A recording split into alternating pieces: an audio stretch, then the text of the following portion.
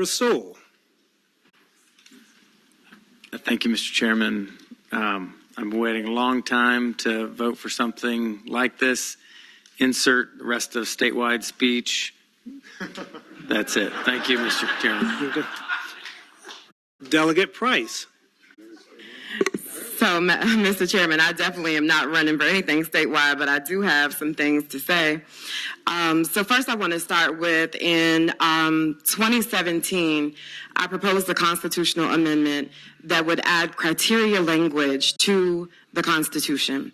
And that would have been rules to govern how we draw maps. And then in 2018 and 2019, I presented similar legislation that would also create rules for the drawing process. In 2019, that criteria bill did not even get a hearing. And then this year, we have an even better criteria proposal, along with enabling legislation, which I thoroughly enjoyed working with Senator Barker and Senator Lucas and Delegate Van Valkenburg on.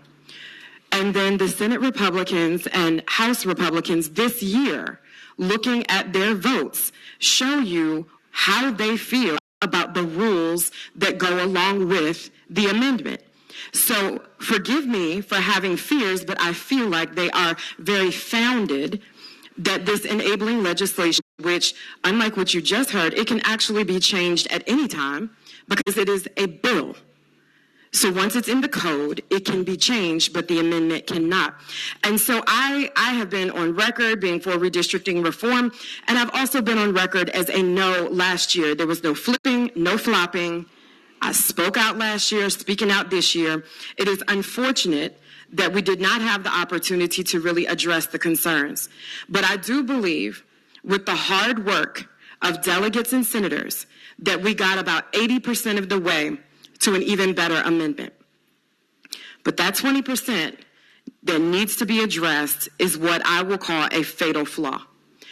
That amendment itself can be fixed by pulling pieces of the enabling legislation that we got to just this year and putting that into the language of the amendment. But without that, short of that, it is flawed beyond repair. So I have heard you today. I have heard the emails. But we have to understand that the amendment is only as good as the enabling legislation. And we heard that what the amendment does not do is enshrine actual protections for communities of color. It has an untenable timeline that puts the integrity of elections in jeopardy. Two legislators of the same party can thwart the process. Legislators are still very much a part of the process. And I have a question. Next session, once we have chosen these 8 legislators and they're walking around these halls, are the conversations that we have with them and building them up as semi-gods walking around during legislation where nobody would want to make them mad so that their district doesn't get fixed the wrong way, are those part of public record? In the amendment language, they are not. And in addition, only 3 public hearings are required for the entire state of currently 8.3 million, but potentially more after we find out what the census says. There are no actual criteria in the amendment for how districts shall be drawn. But we do have 5 cross-references, not language, but 5 cross-references to other documents that have language for voting rights protections, but we have no guarantee that they will be standing in perpetuity. And we are adding this to our Constitution. And then finally, there is no guarantee of diversity on the commission. And I will submit to you that if we had a conference committee that had some diversity on it, then maybe we would have been able to have these conversations, but that was not done. And let me tell you that those of us that represent the communities that have been disenfranchised for 400 years, we know what we're talking about, and we would have said it again in the conference committee so that some of these issues would have been addressed prior to that conference report coming out and forcing a vote on it. So these are fatal flaws, and Mr. Chairman, as I wrap up, they're fatal flaws and we don't end gerrymandering. That's what we have in front of us. I have personally spoken with people from Southwest, Northern Virginia, Central Hampton Roads who say they support the amendment. They've told me all of the talking points that I know that everyone has because it's a form email. And then I raised my concerns. And then they're like, oh, we didn't know. And I said, no. You understand the situation. You understand it with the enabling legislation, but the language of the amendment, let me send you a link. It's not there.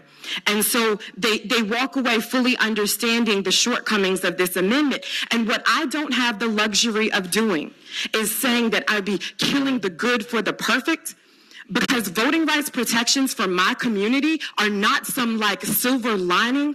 They are the basis of the ability for us to participate in the democratic process.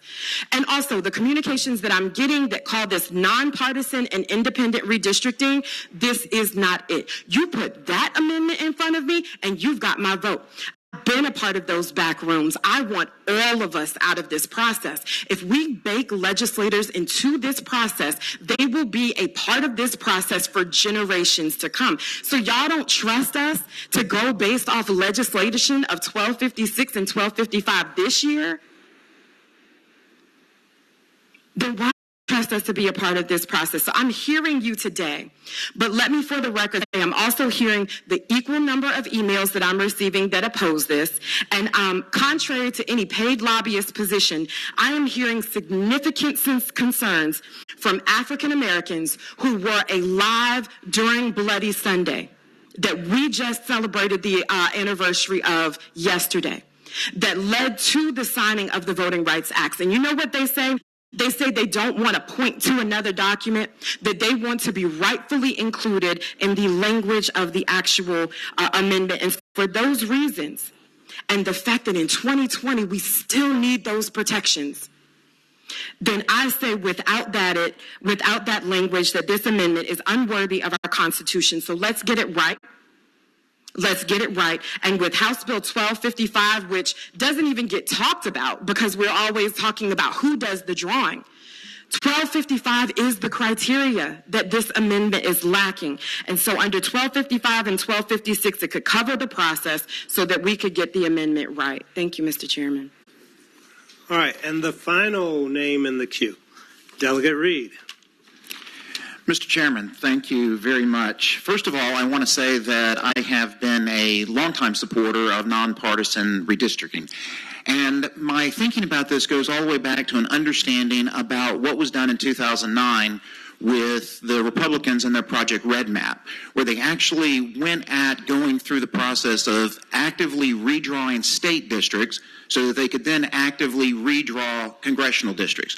And we're living in kind of the results of that right now. Between the combination of that and what happened with Citizens United, with there being the ability to fund a lot of these things, then we're living in that situation right now.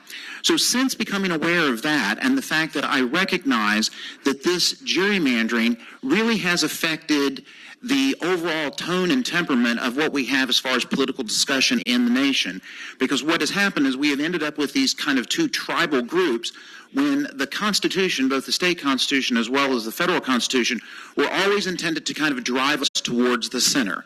So we've gone to this extreme, and that's what we're living with right now.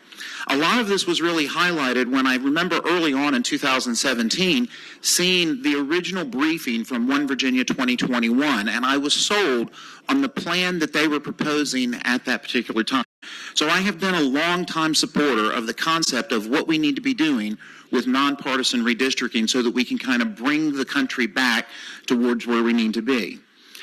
Now, I'd like to just take a second and talk about the process that we go through for actually amending the Constitution.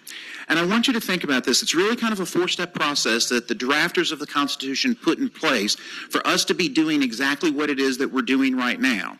So the first part is to actually draft the original amendment. And then we have to have an election, and we have to have a year in between before we look at it and we vote on it again. So what are we supposed to be doing with that time in between that 1 year? We're supposed to be doing what we've been doing. We're supposed to be thinking about what are the effects of this? What are the primary and secondary effects? What are the unintended consequences?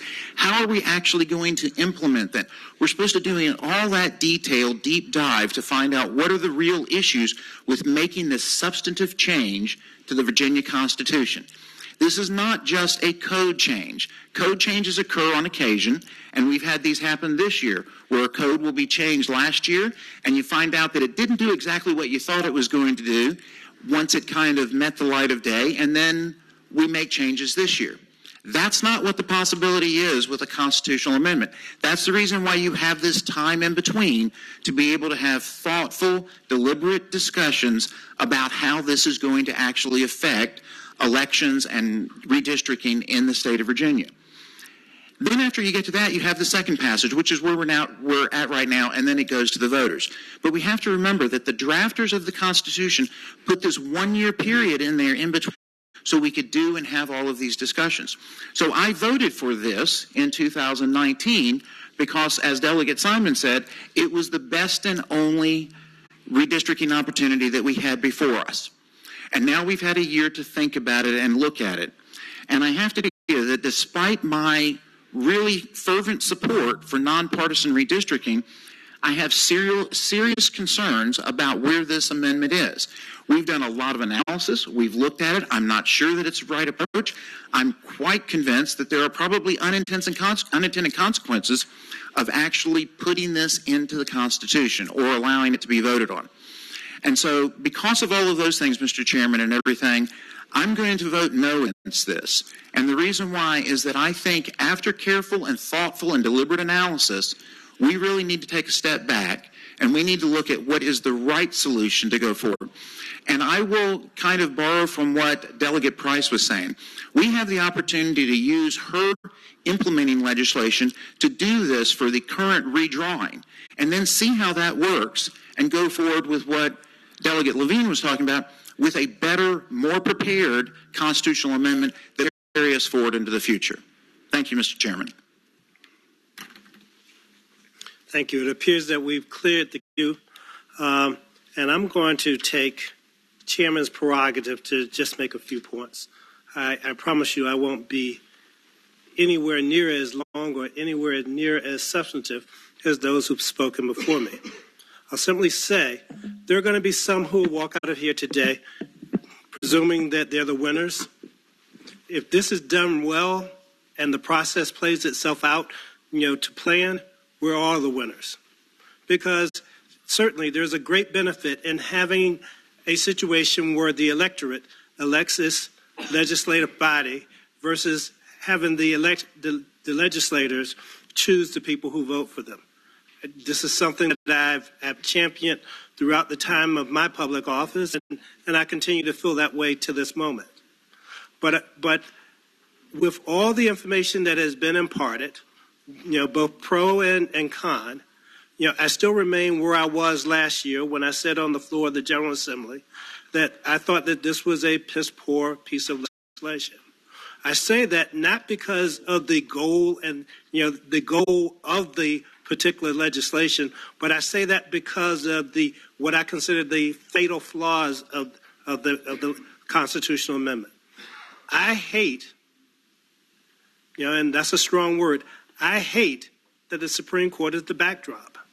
And while I would love to see a situation where and I'm a lawyer by training, and we're taught to have the ultimate amount of faith in the court and the judges of that court, I also appreciate the fact that judges are human and judges have their predilections.